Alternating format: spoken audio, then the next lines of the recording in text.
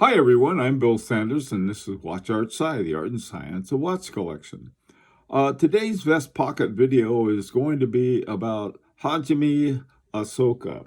Hajime is a Japanese master watchmaker. He's a member of the Académie Horloger des Créateurs Indépendants, or the AHCI, famous for such watchmakers as F.P. Journe, Christian Vander Claw, and all of the best independent watchmakers in the world. And it's not easy to get into. But he's a member anyway. So we're going to take a look at his creations today, and we're going to start with my favorite called the Tsunami, and it's a simple three-hand watch, but not so simple. I'll put it that way. The thing that I like the best about it, I like the design, but I really like his movement. The movement has this giant 15 millimeter balance wheel, great big balance wheel to give it some good stability. Got a great big barrel in there, give it 40 hours of charge, and it's in stainless steel. All of his watches are stainless steel, so you're not paying a lot of money for gold, but you are paying a lot of money for a watch. This particular one cost 25,000 euro, and they're they're in quite high demand. Now, the next one is the chronograph. He didn't make very many of these. They cost $110,000, and they have one of these exhibition windows in the front where you can see the all of the movement and so forth. And in the back, just a little window for the movement. Now, this has elements from the 50s and 60s in terms of column wheel, horizontal clutch, and the horizontal clutch with the carrying arm on it, brake level, two buttons, sliding gear without omitting them. So there's a lot to this chronograph, and there's a lot to the price of it too. I don't think he made very many of them. He said very low production numbers on this. You don't have to make many at that price. Okay, now here are two tourbillons. One is called a Project T tourbillon. It's 43 millimeters. It has 2.5 hertz. In other words, 18,000 VPH, which is all of the very best watchmakers use that. Caribou and Lannon, Gronfeld, all of them.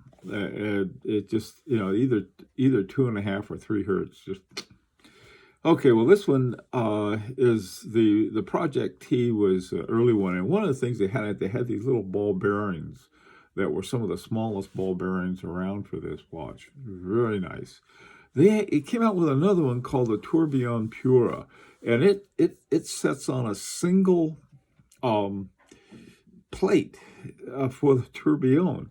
And I like the name of it because, if you want a tourbillon, this is one to have, I think. The Tourbillon Pura, 40 millimeters, 2.5 hertz, and 40 hours reserve. And again, it's stainless steel. I didn't get the price on this one, but they're not cheap. Okay, the final one is a real surprise. It's called the Carano, and it was Hajime made this for watch collectors, and it's made of stainless steel, but so are the rest of them. The colors he has for the dials, and these are distributed in some interesting way. Had Mystic Gray, Midnight Blue, and then for a shop in Singapore, he had the name of the shop is called the Sincere Fine Watches. And the watch is 37 millimeters, sapphire glass, and it has a Miyota 90S5. So, you're not getting a Hajime Asaoka movement, you're getting a Miyota, which is a huge difference. This is the 90S5 is one of Miyota's, what they call their premium automatics, rather than, I guess, their regular automatics. But Miyota does not make expensive movements by any stretch of the imagination. And the price of the watch is $17.50. Now they went like vapor, just poosh. They sold out almost immediately. And I happened to take a look, just sort of to do a search of them. You can find them all over eBay, except they're $5,000. So I guess a lot of people bought them and figured, oh boy, I can turn around and sell it. And they're probably right. So $5,000, even though the original price was $17.50, sounds like a good deal for a Hajime Asaoka.